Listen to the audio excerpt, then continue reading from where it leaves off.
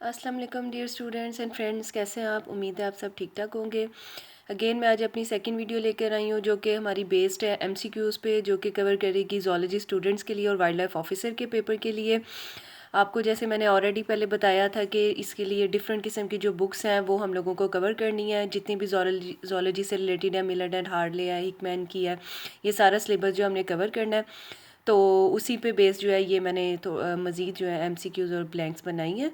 तो आइए हम देखते हैं। अच्छा जी, हमारी फ़र्स्ट जो है वो है हमारा फर्स्ट सेंटेंस जो है ब्लैंक्स और एमसीक्यूज़ है। Which animals are the examples of cosmopolitan. ठीक है, कल भी हमने जो की थी वो इससे रिलेटेड थी, तो आज भी जो है ये हमने उसे नेक्स्ट की हैं। ठीक है, ये है जी rats, bats, rabbit and earthworm. ठीक है, सेकंड हम लोगों की जी ब्लैंक है which animals are the examples of discontinuous distribution. ठीक है, इसमें आ जाएगी टेप्राइड है, कैमिलीडिया है, एलिफेंटिडिया है और इनकी मज़ीद भी मोर ज़्यादा एग्जांपल्स हैं, लेकिन यहाँ पे जो है मैंने जो है 3 सिर्फ जो है लिखी हैं।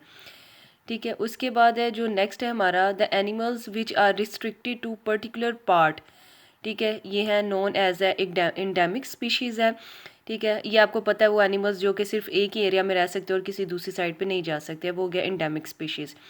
उसके बाद है हमारी each species biogeographical originated only at once, यानी कि स्पीशीज़ जो है जब फर्स्ट टाइम ओरिजिनेट हुई थी तो वो किस जगह पे हुई थी, वो थी सेंटर ऑफ ओरिजिन। ठीक है, उसके बाद हम लोगों की फिफ्थ है living organism can also be assisted in their movements और डिस्पर्सल थ्रू। ठीक है, ये उस जो उसके अंदर एजेंट्स इंक्लूड होते हैं, ये है वो बायोटिक एंड एबायोटिक एजेंट्स। ठीक है, नेक्स्ट है हम लोगों के पास the dispersal which include abiotic and biotic agents are known as.